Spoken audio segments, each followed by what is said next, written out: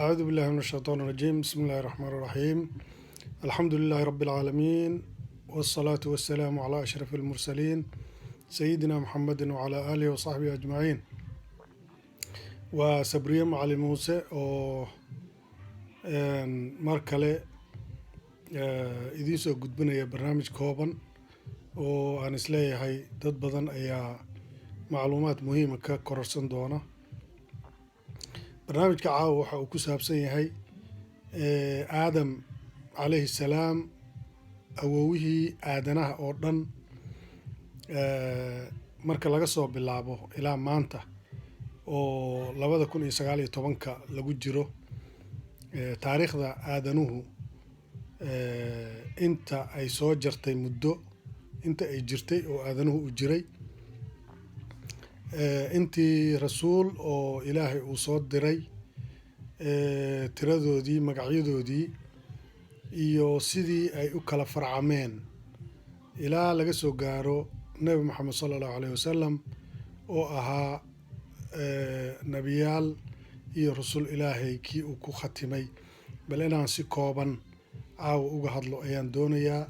taariikho iyo arrimo aan isleeyahay dad badan waa ay ku cusub tahay, ama xitaa haddii ay qur-aanka tafsiirkiisa iyo siirada iyo waxyaaba badan ay akhristeen, qaabka aan u dhigayo weligood uma aysan maqal. aan isleeyahay ayaan rabaa si kooban caawa inaan uga hadlo. abuna aadam calayhi salaam, ilaahay waxa uu ku beeray jannada, ayuu ku beeray. waa aadanihii ugu horreeyey. ilaahay markuu malaa'igta abuuray, malaa'igta amar ayaa la siiyey, sida roboteeda oo kale ayay ahayn malaa'igtu. waxaa samee, waxaase samayn, ma gefi jirin, ajir kale ma heli jirin, janno iyo naar shaqo kuma laha. waa sameeyaa la yidhaahdaa, waa sameeyaan. ilaahay marka wuxuu abuuray aadanaha oo ka fadli badan malaa'igta. wuxuu uga fadli badan yahay, ikhtiyaar ayuu leeyahay.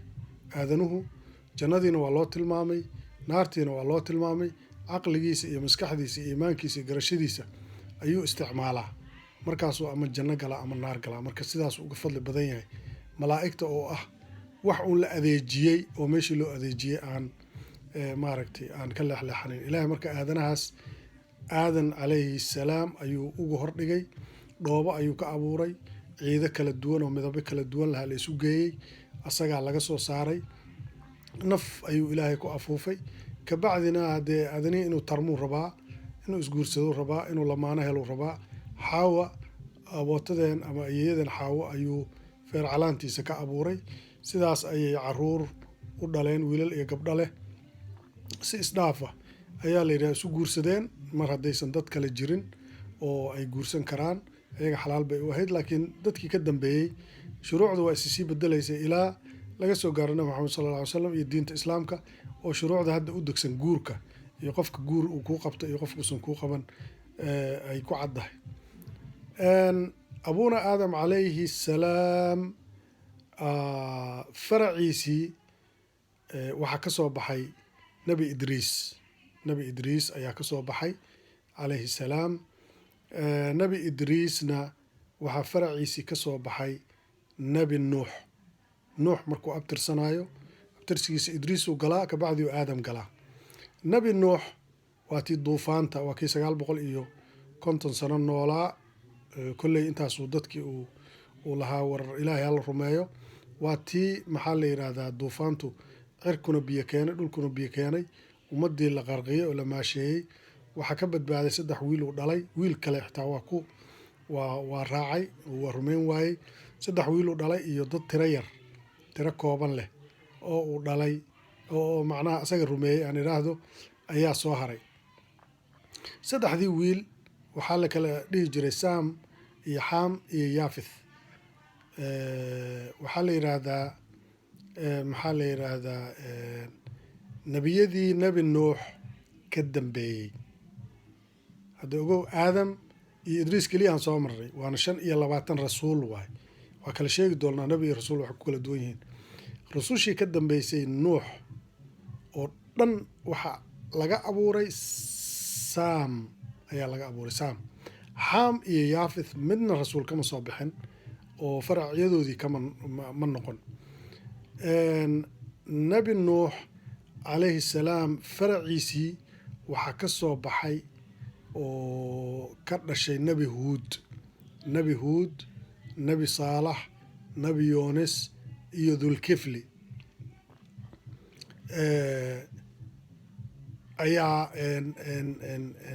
ayaa ka soo baxay. marka nebi huud iyo nebi saalax iyo nebi yoonis iyo nebi dulkifli iyo yoonis abtirsigooda lama yaqaano. yoonis waxaa lagu yaqaanaa yoonis ibnu mata in la yidhaahdo, waa nebigii yaxaasku liqay malaayga iyo baddii mugdiga iyo baddii caloosha malaayga iyo baddi, waa ninkii galay oo intuu carooday qoomkiisa ka carooday doontii markii la raacay loo qoro qudeeyey meeshii asaga laga tuuray. sidaas markii laa ilaaha illaa anta subxaanaka innii kuntu min adaalimiin hadduusan mar walba dhihi lahayn ma ilaahay kama badbaadiyin, haddana qoom kale loo diray. nebi yoonis ibnu mata keliya la jira. dulkifli wadalkifli kullu min asaalixiin qur-aanka oo ku jirtaa, laakiin abtirsikiisa lama hayo.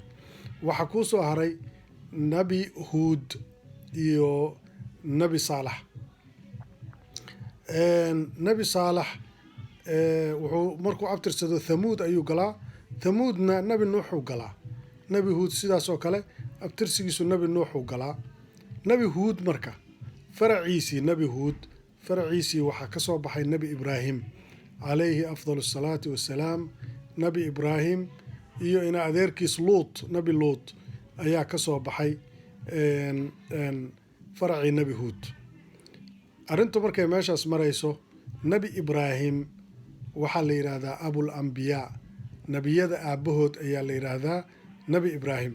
nebi ibraahim intii asaga ka horreysay ma ahane intii ka dambeysay oo dhan asagay ka farcameen. sidaasaa lagu yidhi nebiyaasha aabbahood. nebi ibraahim wuxuu dhalay wiilal badan, laakiin 3 ka mid ah ayaa nebiyo ka farcameen. 3daas wiil oo nebiyo ka farcameen waa nebi ismaaciil oo nebi moxamed sala allahu alayh wasalam uu ka farcamay, iyo nebi isxaaq oo ambiyadii reer banu israa'iil oo dhan ay ka farcameen, iyo madyan nin la dhihi jiray oo ilmihiisa ka mid ah. madyan waxaa keliyoo ka farcamay wa ilaa madyana akhaahum shucayban, nebi shucayb keliyaha ka farcamay. waa wiilashii nebi ibraahim uu ka mid yahay madyanku. nebi ismaaciil nebi moxamed sal ly slam ka farcamay. aan u nimaado nebi isxaaq. nebi isxaaq waxa uu dhalay yacquub. ilmo badan oo asagana kolleyba dhalay, laakiin nebi yacquub iyo alcays nin la yidhaahdo ayaa nebiye ka farcameen. nebi yacquub waan u imaan doonaa. alcays waxaa ka farcamay nebi ayuub ayaa alcays oo ina isxaaq ah, oo ina ibraahim ah, oo ina huud ah, oo ina nuux ah, oo ina idriis ah, oo ina aadam ah. saa isuma dhalin, dad badanaa u dhexeeyey, laakiin nebinimada ayay isugu ahaayeen ina qof walba iyo qof walba. huud iyo ibraahim marka laga hadlayo dad badanaa u dhexeeyey, waa un farac. alcays waxaa ka farcamay nebi ayuub. yacquub waa nebi yuusuf aabihiis, 12 wiil u dhalay. inii ra'aytu 11 kowkaban waashamsa waalqamara ra'aytuhum lii saajidiina waa ka leeyahay nebi yuusuf.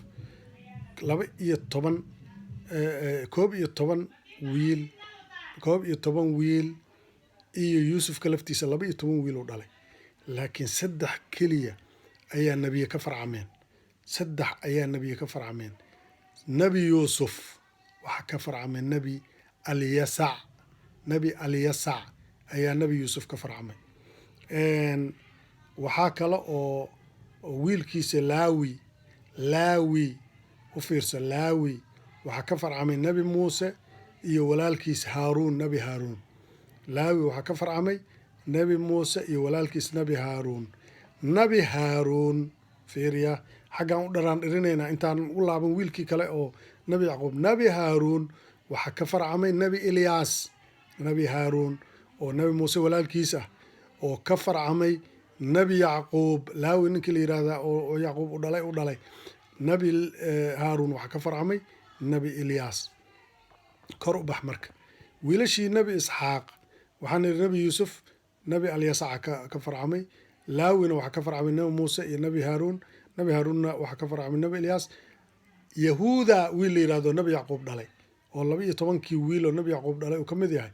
yahuuda ka mid ah waxaa ka farcamay nebi daawuud calayhi salaam, boqorna ahaa nebina ahaa. nebi daawuud ayaa ka farcamay.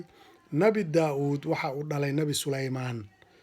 wacallamnaa sulaymaana wa aataynaahu xukma wa cilma. masaladii laysku qabtay oo daawuud labadii malag u timidoo hada akhii lahu 99 nacjatan waliya nacjatun waaxidatun u lahaa oo fafahamnaaha sulaymaana dheh ilaahay uu yidhi subxaanahu watacaala. nebi daawuud wuxuu dhalay nebi sulaymaan. nebi sulaymaan waxaa ka farcamay laba dhinaca looga farcamay. dhinacna waxaa ka farcamay nebi zakariya. nebi zakariya ayaa ka farcamay iyo wiilkiisii nebi yaxye ayaa dhinac ka farcamay. dhinacna kalena waxaa ka farcamay waa nebi sulaymaan ogow. dhinac kalena waxaa ka farcamay cimraan ninkii la dhihi jiray oo maryama bintu cimraan aabaheed oo maryamaduna ay nebi ciise dhashay. nebi ciise xagga hooyadiis aabba ma lahayn, xagga hooyadiis wuxuu ka farcamay nebi sulaymaan ibnu daawuud uu ka farcamay. meeshaas waxaan ku haysanaa 25 nebi. halhalaan idinku soo sheegaya, koraan ka soo bilaabaya. waa nebiyullaahi aadam, waa nebiyullaahi idriis, waa nebiyullaahi nuux, waa nebiyullaahi huud, waa nebiyullaahi dulkifli, waa nebiyullaahi saalex, waa nebiyullaahi ibraahim, waa nebiyullaahi yuunus, waa nebiyullaahi luut, waa nebiyullaahi isxaaq, waa nebiyullaahi ismaaciil, waa nebiyullaahi shucayb, waa nebiyullaahi ayuub, waa nebiyullaahi yacquub, waa nebiyullaahi yuusuf, waa nebiyullaahi ilyasac, waa nebiyullaahi muusa, waa nebiyullaahi haaruun, waa nebiyullaahi ilyaas, waa nebiyullaahi daawuud, waa nebiyullaahi sulaymaan, waa nebiyullaahi zakariya, waa nebiyullaahi yaxya, waa nebiyullaahi ciisa calayhi salaam, waa nebiyullaahi muxamed afdalu khalqi illaah. waa 25kaas. aan wax yar dib u laabano. nebiyullaahi isxaaq waxaan nidhi wuxuu dhalay nebiyullaahi ibraahim wuxuu dhalay nebiyullaahi ismaaciil, nebiyullaahi isxaaq iyo muxuu ah madyan. saddexda laga farcamaan sheegaya, wiilal kaluu dhalay laakiin saddexda nebiyadu ka farcamaynan ku sheegay. madyan shucaybaa ka farcamay, kuwan kalena waaba sheegay. ismaaciil nebi maxameda ka farcamay, isxaaqna nebiyadii reer banu israa'iil oo dhana ka farcamay. halka aan u dan lehay waa meeshaan. banu israa'iil waa maxay? israa'iil waa maxay? banu israa'iilse waa maxay? israa'iil haddaad maqasho waxaa la yidhaha nebiyullaahi yacquub oo ina isxaaq ah. nebiyullaahi yacquub nebi yuusuf aabihiis ayaa la yidhahdaa israa'iil. wiilashiisiyaa banu israa'iil la yidhaahdaa. nebi yacquub wiilashii ka farcamay oo 12 ka ahaa ama nebi ha ka dhasho ama yuusan ka dhalan bani israa'iila la yidhahda. reyaa bani israa'iila haddaad maqasho israa'iil waa nebi yacquub.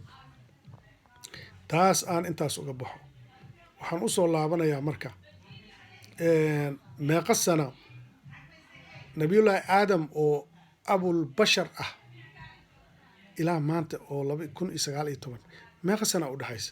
waxaan maqalnaa dadka biologiga, geologiga, archaeologiga hebelo dhagaxaa la fujiyey, dadaa lagu arkay, lafaa lagu arkay 2 milyan oo sano, 20 milyan oo sano, 200 kun oo sano. buwaagta biologiga markaa akhriso qaar badan waxay ku leeyihin 200 kun oo sano ayuu bani aadanku jiraa.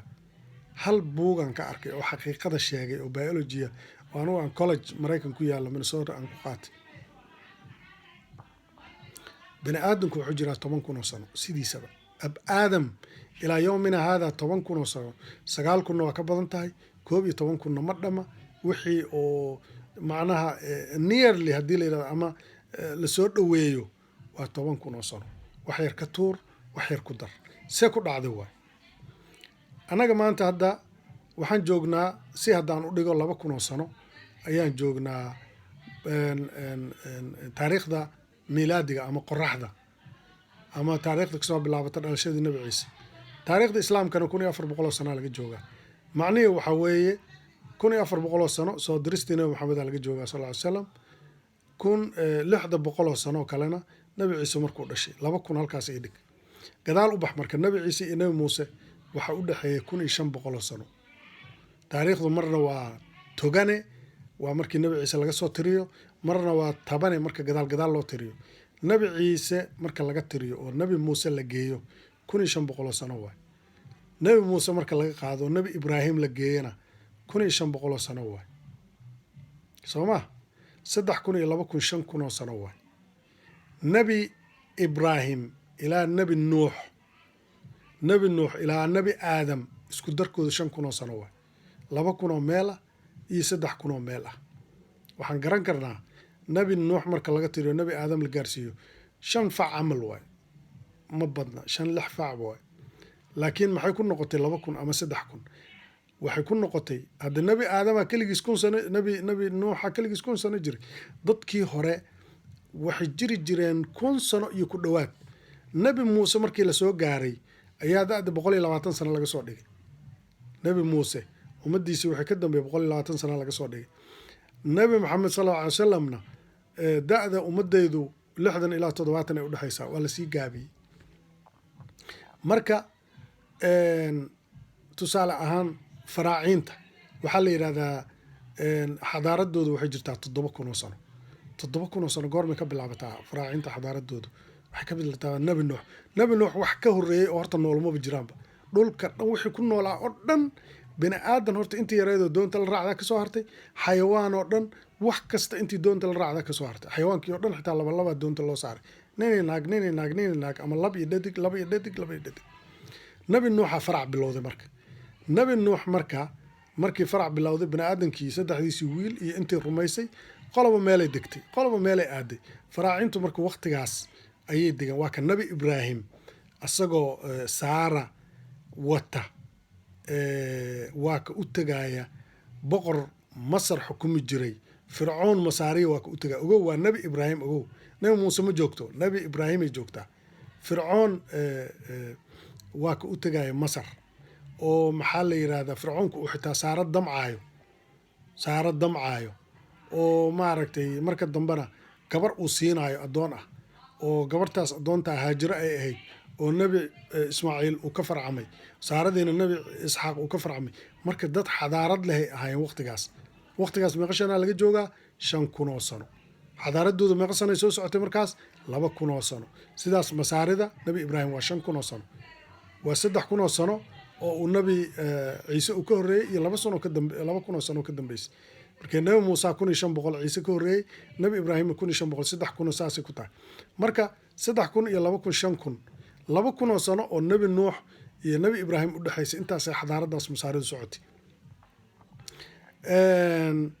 maxaan ku daraa nabi nuuxna haddii xadaaradaas ay socotay 2000 oo sano nabi nuux ilaa nabi aadana 3000 oo sano ay socotay waa 10000 waxa dhanoo meesha yaalla waa 10000 waxa dhanoo meesha yaalla hal su-aalaa soo baxaysa marka waxaan dhagxaanta laga soo qodayo lafahan iyo waxa la sheegayo oo kumaanka 1000 sano jira la leeyahay ma cilmiga wax baaraya been sheegaya mise waa jiraan aniga maskaxdayda haddii aan ku fikiro welina wax oo reference la ma aha oo meel aan ka soo xigto ma laakiin waa conclusion waxaan isleeyahay qur-aankaba yaa bani aadama iyo yaa ayuhal insaanu labay kala tahay aniga waxaan isleeyahay aadam calayhi salaam ummad ayuu ku bilowday ilaa maalinta qiyaamuhu dhacayana oo ummaddaas uu u dhacayana ummaddiisiyaa soconaysa laakiin aadam ka hor ummado kalaa jiray oo ummad walba waqtigeedii intay bilaabatay